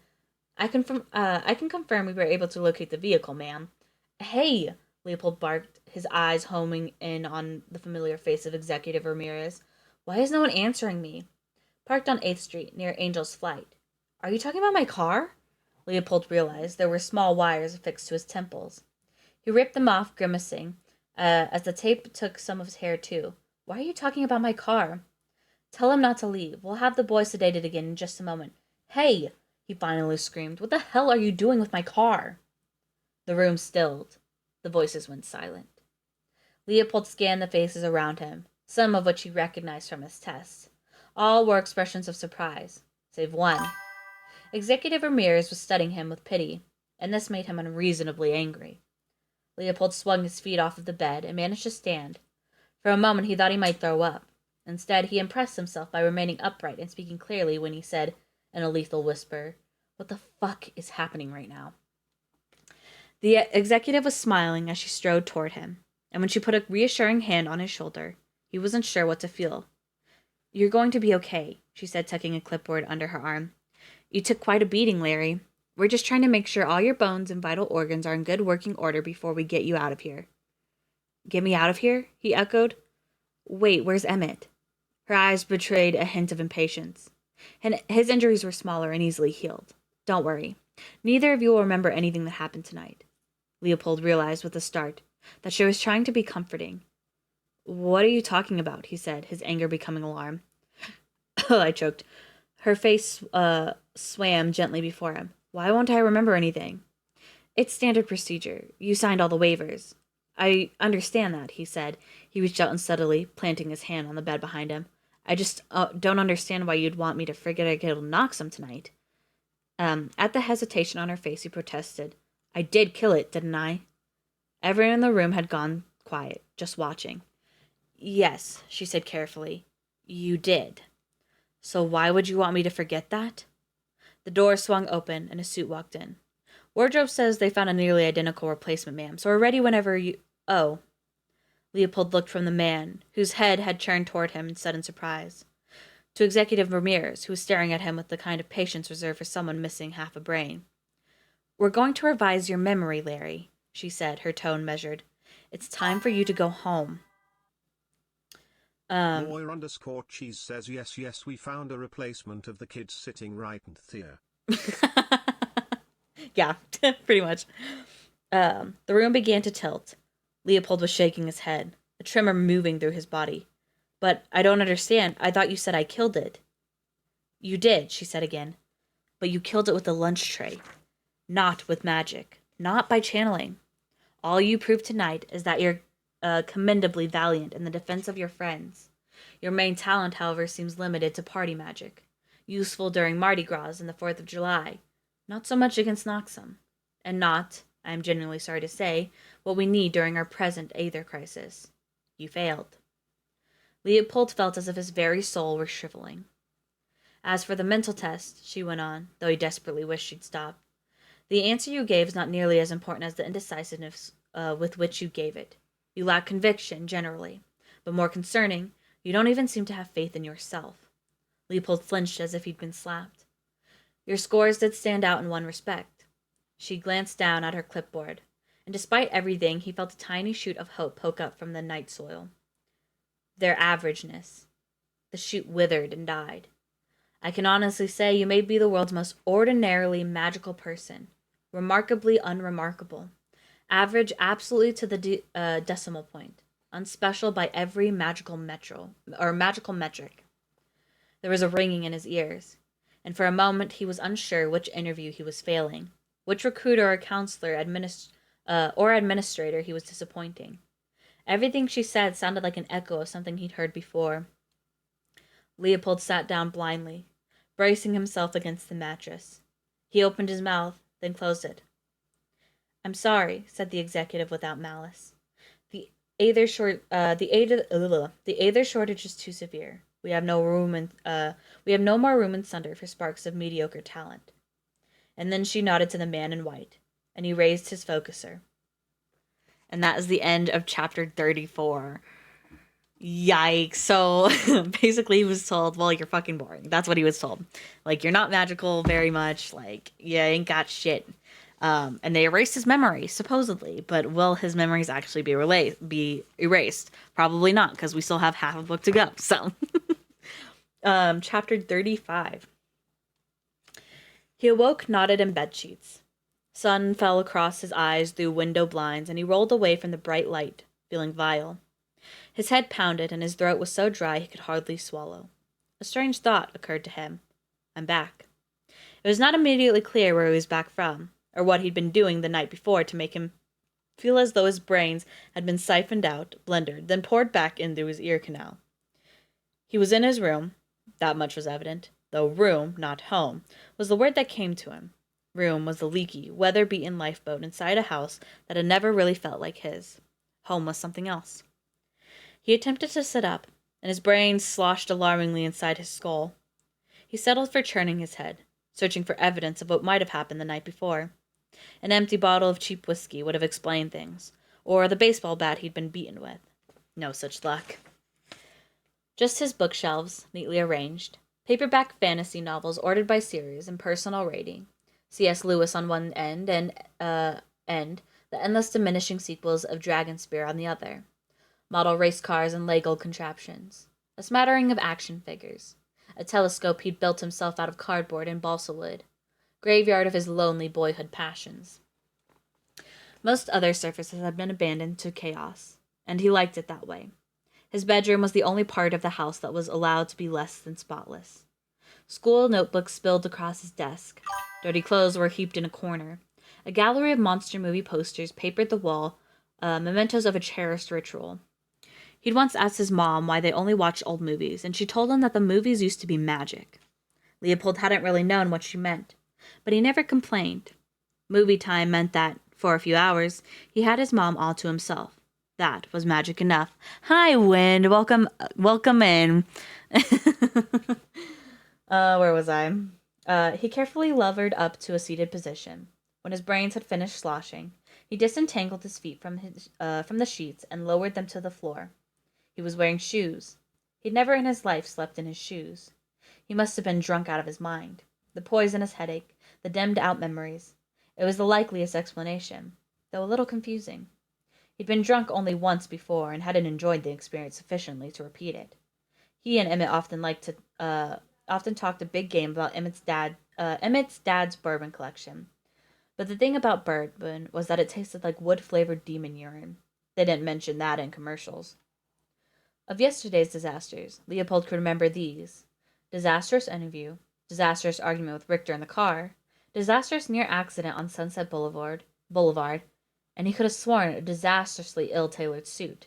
He looked down at himself. The shirt, vest, and pants he wore now, though a bit wrinkled from having been slept in, fit perfectly. He was never drinking again. Leopold scooted over to the edge of his bed, put his hand on the wall to steady himself, and stood. Minimal sloshing this time. His headache had receded such that he could open his eyes all the way. He shuffled to the window and peered through the blinds. His room was on the second floor, and there in the driveway below was Bessie, his boxy yellow steed, parked at a wonky angle with two wheels off the travertine pavers in the grass. A parenthesis of crushed lawn curved behind her, a serious transgression of Richter code. More worrying, though, was how the car had gotten there. He had apparently driven himself home last night, though he knew he wouldn't have gotten behind the wheel if he'd been drinking. He frowned. He never would have gotten behind the wheel if he'd been drinking. Feeling uncertain again, he thought, suddenly, phone. There would be answers on his phone. He located it among his sheets, only to discover it had been turned off. This was strange, because in addition to never driving home under the influence, Leopold never turned off his phone. Exhausted, he sat on the edge of his bed, then powered up his cell and looked through his texts. There was nothing from the previous day. No text at all. No calls either. Weird. There hadn't been a day in his adolescent life in which he hadn't sent or received a text. Leopold closed his eyes. His head hurt too much to play Encyclopedia Brown right now. Tossing the phone down, he hobbled into the bathroom, turned on the taps, and waited for the water to get very hot. He wanted the whole bathroom to fill with steam. He didn't care if it earned him the "don't you realize we're in a drought" lecture. Leopold wanted to disappear into a cloud of hot vapor and feel his brain melt. My voice is extra calming today. Thank you. Noting once more the strangeness of his perfectly fitted suit, he undressed and stepped into the billowing steam. He let the near scalding water pour over him as he soaped his body and allowed his mind to drift. It was Saturday, and he had a shift at the coffee shop that afternoon, which meant he'd... Leopold's train of thought was interrupted when he noticed a strange discoloration across his ribs, faintly yellow like an old bruise. He touched it and winced. Had he gotten into a fight with someone last night? Or a parking meter? He probed the spot a second time and winced again, the pain oddly fascinating. Each small shock was like pressing a button. Something was stirring to life deep in the folds of his memory, shaking dust from its limbs, unburying itself. At first, it was just the tenor and tone of a woman's voice, firm but not harsh. Ugh. He held his hand to his rib again, but this time something made him hesitate. He realized with a start that he was afraid. Beads of condensation wept down the glass shower enclosure. What was he afraid of? Was there something he was terrified to remember? Then, with a sharp intake of breath, it all came back to him. He stumbled against the wall, gasping as the memories resurfaced. Sunder, the test, the Noxum, each revelation like a sledgehammer to his chest.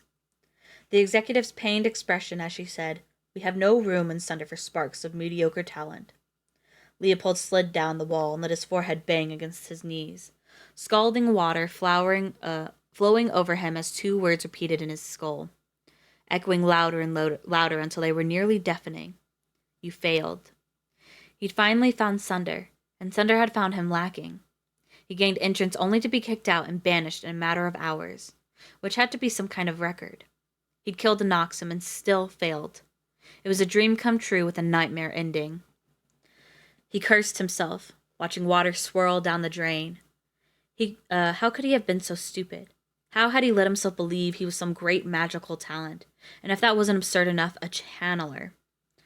I don't know why I like it. Well, I don't know why I said it like that. Because he'd cast one mediocre spell in an alley? Because rickety old Angel's Flight had creaked to life when he'd inserted a novelty coin? Because it had rained unexpectedly and his desperate mind had twisted it into something meaningful? No, because he was deluded. Because a good friend had told him something he desperately wanted to hear and he hadn't questioned it. Because he hadn't wanted to. That wasn't on Emmett. That was all on him.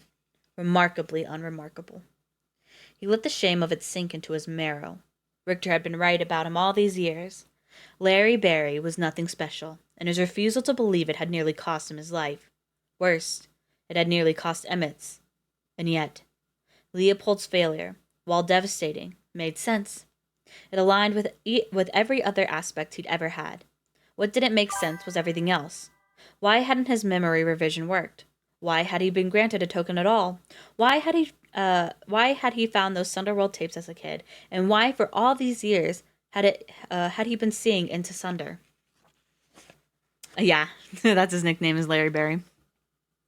Suddenly talking to Emmett was the most urgent thing imaginable. Emmett knew. He'd been there too. Had gone through everything alongside him. That was something, at least. Leopold wasn't alone in this.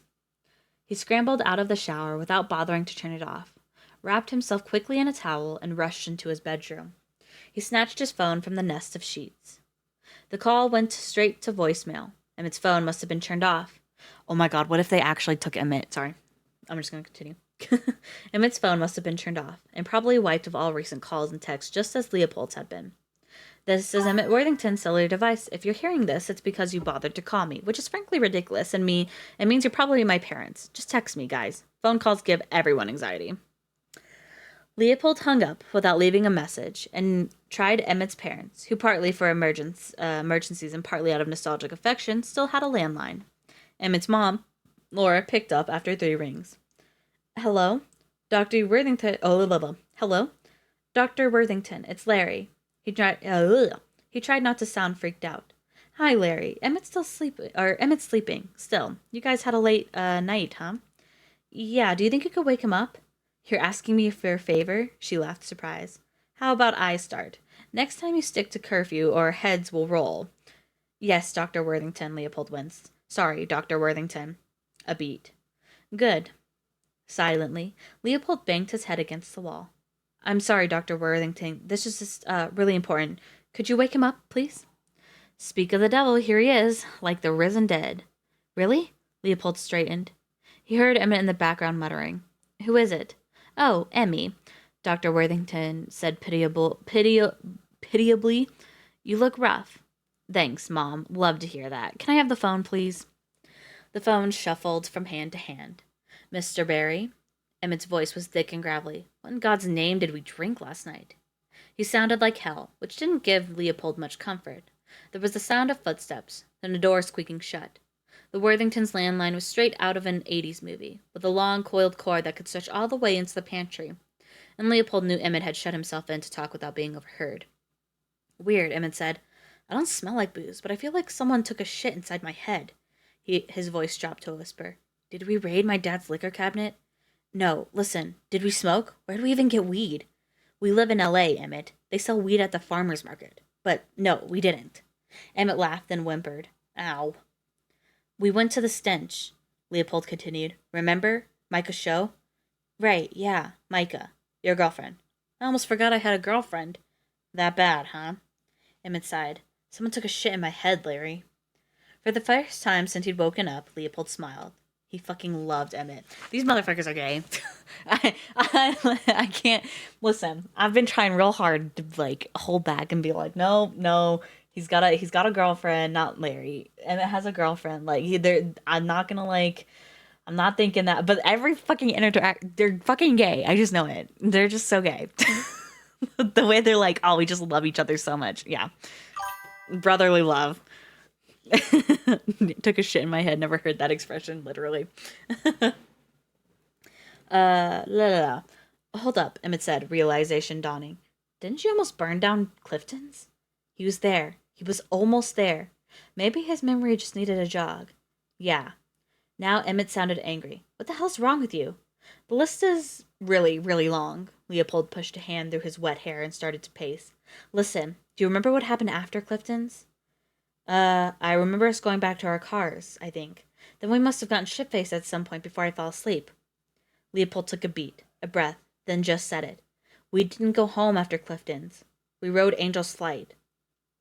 Emmett was quiet a little too long before he said, What? I'm saying we rode Angel's Flight. Bro, did you take something from those D&D guys? They pretend to be straight edge, but they love to get stoned. One time Jeremiah gave me what he claimed was a clove cigarette, but I saw flying elephants for 3 hours afterwards. 3 hours, Larry. Leopold's stomach began to churn. Emmett, I wasn't stoned. We did ride Angel's Flight last night. We used the token I got upstairs at Clifton's. Be there in a minute, Emmett hollered, then back to Leopold. Sorry, there are waffles happening and people are calling my name. A slow heat crawled up Leopold's neck. Just do me a favor and check your pockets, okay? Maybe they forgot to search you before we got revised. Jesus, Larry, what are you talking about? Emmett said, irritated. Are you having another episode right now? Would you please just check your pockets? Leopold said, sounding more panicked than he'd meant to. All right, geez. A shuffling noise. They're empty. Maybe something fell out in your bed. Can you check your sheets? Larry, stop.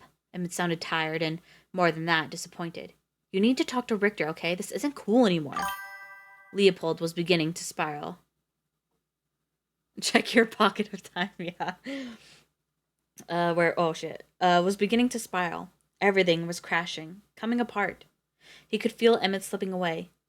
Listen to me, Leopold said tightly. I'm not having an episode. We really went to Sunder last night. Don't you remember, Art? Don't you remember Art? The bright spot? 99 spells. None of that rings a bell. Yeah, an alarm bell. Look, I can't do this right now. I really think you need to be in therapy. Unless this is all some elaborate prank, which would just be like, wow, go to hell. But I'm gonna give you the benefit of the doubt and assume you're just not okay. I'm serious, Emmett. I swear, I didn't remember at first either, but then it all came back to me out of nowhere in the shower. I'm hanging up now. I'm tired and I don't feel good and I need to go have breakfast with my family. And so should you, probably. Emmett, the line went dead. Leopold stayed still for a long time, shaky hands still gripping his silent foam. Like maybe if he didn't move, the emptiness and shame he was feeling wouldn't obliterate him. Emmett's revision had worked. Leopold's had not. And he would never know why because he couldn't go back to Sunder to ask. They'd taken his tokens, made copies of his ID, rolled up the welcome mat, left him with more questions than ever and no way to answer them. Worse than all that, he'd lost Emmett. They lived on different planets now, and there'd be no reaching him anymore. Emmett would never remember. Ooh, that's kind of sad. I'm not gonna lie. Because they went on this giant adventure together, and now one of them just doesn't even fucking remember. And the other one's been spiraling since before they even went to Sunder. And he, like, finally was like, oh my gosh, we went to Sunder. We saw all this cool shit. Like, Sunder's real. My dream is real. And then his dream got shit on because he was told he's basically just average. All around average. Oh, yikes. Now I just feel kind of depressed reading this. We're going to read the next chapter and then probably call it good there. So, chapter 36. Last chapter of the night, guys. He sat in a towel, shivering and paralyzed. For a long time, he could do nothing but stare into the middle distance. By the time he became aware of a persistent grinding sound outside his window, his hair had dried and his towel was damp. He stood up automatically, as if his own body were foreign to him, then went to the window and pulled the blinds. Half the driveway was now occupied by an ugly, hulking tow truck. His old Volvo was hitched up to it, rear wheels hoisted in the air. A man in blue coveralls was climbing into the cab while Richter stood watching with his arms folded. They were taking Bessie, hauling her away like trash. His thoughts turned to static. He threw on a pair of jeans and a white t-shirt, and then he was running, shoeless, out of his room and downstairs, past his stepbrother Hal in the kitchen saying, "What the actual fuck, Larry?" And then he was outside. Still running, he shouted, "What did you do?" at his father's back, and his father yelled, "Something I should have done a long time ago," as Leopold sprinted past him. He said something else as Leopold ran into the street after the tow truck, but Leopold didn't hear and didn't care. The tow truck hadn't yet rounded the bend at the end of the block. Leopold screamed for it to stop and waved frantically, in hopes the driver would see. Donna Sherville, realtor to the Stars, nearly backed over him with her Range Rover as she pulled out of her driveway. Mr. Kahn stared from the sidewalk as his little dog did its business. The truck picked up speed. Leopold gave chase, still waving like a castaway flagging down an airplane. The one object in the world that still meant anything to him was disappearing, tipping briefly onto one wheel as it skidded around the bend and out of sight. He made it all the way to the end of the lock before finally slowing to a stop, lungs and legs burning, gasping for breath. Bessie was gone. Okay, we're going to read one more chapter because I need this not to be depressing. I need to not be depressed before I go to sleep, guys. So we're going to read one more chapter and hopefully it's a little bit better. I don't fucking know. It doesn't look like it's getting any better. I hope it has a happy ending. I don't know. There's a second book. So anyway, we're going to go into chapter 37. This one also seems very short. So if I do end up reading it super fast, we'll read the next. We'll just read until it hits like 2 hours. All right. Chapter 37. Leopold tramped numbly back toward the house. A hedge trimmer buzzed somewhere out of sight, the grating sound like steel wool on his nerves. He was barely holding it together. In the driveway, Richter paced like a zoo tiger awaiting its lunch. Leopold passed by without a word. Richter pursued him through the front door. When it slammed behind him, the shouting began. "The hell were you thinking? Look at me when I'm talking to you." Leopold didn't stop. He kept walking through the kitchen, past a stunned Hal holding a sandwich, then a horrified Drake holding a sandwich. His father's voice a battering ram at his back. "Where were you last night? I called you 3 times. The fucking audacity. And after yesterday's pathetic show, you're gonna pay for that grass." Through the living room to the stairs. "Humiliated me for the last time." Up the stairs to the landing. "Maybe you don't care what people think of this family, but I do." Down the hall toward his room. "I'll make you care." None of it landed. Leopold barely heard a word. He just remembered something. There'd been a name printed on the tow truck's door. It was T something towing. In the blur of the chase, he hardly registered it. But if he could summon the name, then maybe he could find the tow company and his car and stop the scrapyard from turning Bessie into a cube of crushed metal. Tea something. Tea something. Clouds billowed into the hall, steam from the still running shower rolling out of his bedroom door like fog. At the threshold, a meaty hand caught him and spun him around. His father drew back his arm as if to hit him, then stopped. Leopold laughed. Go ahead. A vein bulged on Richter's forehead. I should. You deserve it. You're right, said Leopold. Hit me. His father looked briefly confused, then slowly lowered his arm. Leopold turned away in disgust. He walked into the stream and left his father baffled in the hall. Leopold pulled a duffel bag from his closet and started throwing things into it. He was done. He had to get the hell out of here.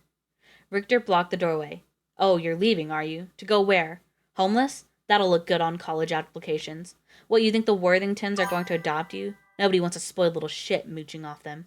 Put that bag down. I said put it down. If you walk out, don't bother coming back. Do you hear me? God damn, I like hate this. I don't want to read anymore. No, he was never coming back. See how far your tips from the coffee shop get you. You can go sell yourself on Hollywood Boulevard for all I care. Jesus. Weak, impulsive, unmanageable, just like your mother. Leopold churned. Shut your goddamn mouth. His father stared as if he didn't recognize the boy in front of him, lips working soundlessly as he fumbled for a reply. Leopold took a step forward and told him to get out. Richter found his voice. How fucking dare you? It should have been you, Leopold thought. You in that hospital, drowning in your own lungs. It should have been you. Or it should have been you we buried. Damn. Yikers. They are bad words. Oh, thank you for the bits, Wind. I appreciate that. Thank you. How many times had Leopold imagined it? His father dead instead of his mother. How badly had he wished for the evil, soul-killing magic that might have achieved that switch. An old memory clawed at the edges of his mind, then broke over him. Leopold, aged 10, standing bleary-eyed in pajamas at the threshold of his mother's bedroom. He'd seen a light beneath her door and come to find her wide awake in bed, surrounded by papers and bills, tapping on a calculator. Mom, is everything okay? Mollified by a tired smile and a gentle kiss, Leopold had turned to leave when a familiar sight on his mom's nightstand caught his eye. He'd stopped cold, then gone rigid. It was his father's wedding ring, a gold band with a small green gem set into the interior. His mother always kept the ring in a porcelain dish on her bedside table, a memorial to the man who'd walked away from them and started a new family. Leopold had seen it there dozens of times, had asked about it more than once. A sudden blaze of rage had animated his body. He'd scooped up the ring and thrown it, with all his might, into the hall. His mom had nearly screamed. Leopold, honey, no. Why do you keep it? Leopold had cried angrily. He doesn't want us, Mom. He abandoned us. But his mom had bolted from her bed and flown down the hall, where she collapsed onto the threadbare carpet, the ring captured once more in her fist. Mom, go back to bed, Leopold, she said quietly, her voice trembling. But she'd spun around to look at him then, her gaze chilling. I said, go back to bed. Leopold, who'd briefly allowed his eyes to fall closed, opened them again. His father's ruddy face was half obscured by steam, his broad shoulders spanning the doorway. Get out, Leopold said again. He didn't shout. His voice didn't break. But as the words formed in Leopold's mouth, so too did a fissure in the ceiling, a crack in the plaster stretching between him and his father like a tectonic fault. Richter's head tipped up slowly to look at it. When he met Leopold's eyes again, his face had turned to the color of chalk. His voice shook as he spoke. You were a child. You didn't know her like I did. God knows I tried my best, but she changed, Larry. There was something wrong with her. She was the one who pushed me away. She was the one who forced me out of your life. You have to understand she wasn't well. Shut up. Shut up, you fucking liar, Leopold screamed inwardly. I wanted to take you with me. Richter was walking slowly toward him, hands up, palms out in surrender. I wasn't sure you'd even be safe with her, but the court... I said get out, he screamed aloud this time. Leopold, blind with anger, had lifted his hands only to halt Richter's approach when he felt that telltale heat in his palms. And without warning, Richter was flung backward, flying through the doorway and landing in the hall with a crash. Shaking, Leopold stared at his hands, then at his father. He felt vaguely nauseated as he watched Richter pick himself up, stumbling slightly as he straightened. Leopold hadn't meant to hurt him, and, despite having daydreamed about a moment like this for much of his life, He felt no satisfaction now. I'm sorry, Leopold whispered. Richter's chest lifted with the effort to breathe. He said nothing, only shook his head over and over before disappearing down the hall. Leopold stood still for what seemed like a long time. He felt water snaking down his neck and shoulders, and only vaguely registered that the precipitation was coming from the ceiling. Slowly, he looked up. It was raining inside of his room. Oh my god. I just needed to be happy. Like, I need a little more. I need happiness. That's what I need. We're gonna read one more. Just one more, because this is only 2 pages long. This next chapter. The next chapter, chapter 38. It's only 2 pages long. So we're gonna read it. We're just gonna read it, okay? I just need to know what happens, okay? Leopold put on boots and packed as the rain subsided, shielding the duffel beneath hunched shoulders as he splashed through puddles forming on his carpet. The walls were sweating, and his window had steamed over. Rivulets raced down his bookshelves, the spines of his paperbacks going dark with wet. He took only what was essential: socks, phone charger, razor and deodorant, cash tips from the coffee shop he'd squirreled away in the back of a drawer. He didn't know what he was packing for. All he knew for sure was that he'd spent too many years hoping someone else would save him. Hell, is he gonna be a bad guy? Is he gonna be the villain? That this would be my fucking villain origin, honestly. Damn. Hell, he'd been hoping a magical raccoon might save him. That someone would hand him the key to a world in which he was already chosen for greatness. The crazy thing was, he'd done it. He'd found that other world. He'd cast spells and killed a monster, and by any metric of imagination had accomplished something extraordinary. He thought they'd rolled out of the red. He thought they'd roll out the red carpet and hand him a crown, and finally, he'd become someone. Instead, Leopold had been forced to accept that his greatest fear was true. He was average and insignificant, and would amount to nothing, no matter the world, magical or otherwise. The executive had been right. Leopold didn't believe in himself. Leopold didn't even like himself. Leopold hated Larry Barry. And now Sunder was dead to him. Even the hope of fantasy had been extinguished. Leopold had nothing now, not even delusion. Emmett was lost. His mother was lost. His father had always been lost to him. Larry would walk out that door and be forced into a new life, the shape of which he couldn't imagine. He'd walk out and then what? And then it came to him. Tiny Scrap in tow. He closed his eyes and took a deep breath. At least now he had a plan. Leopold slung the duffel across his back and gave the room a last look. The steam had wrinkled his school notebooks and caused his monster movie posters to bubble in their frames. He left his old Sunderworld tapes where they were, stuffed in the back of his closet. He hoped they drowned in the flood. Oh, that was the end of chapter 9. Oh my gosh. I really just want to keep reading, but I know it's already been 2 hours. We're going to have to leave it there. I know, I so badly want to continue, but we're going to leave it there. I know, how dare me. Such a cliffhanger. Such a big cliffhanger. But hey, this coming up week, we can read more of it. Soy, I know. But hey, you guys can go check out the book yourself. Now I have to learn how to read. Yeah, you guys can go get the book yourself and finish reading it. If I'm going too slow for y'all, so nope.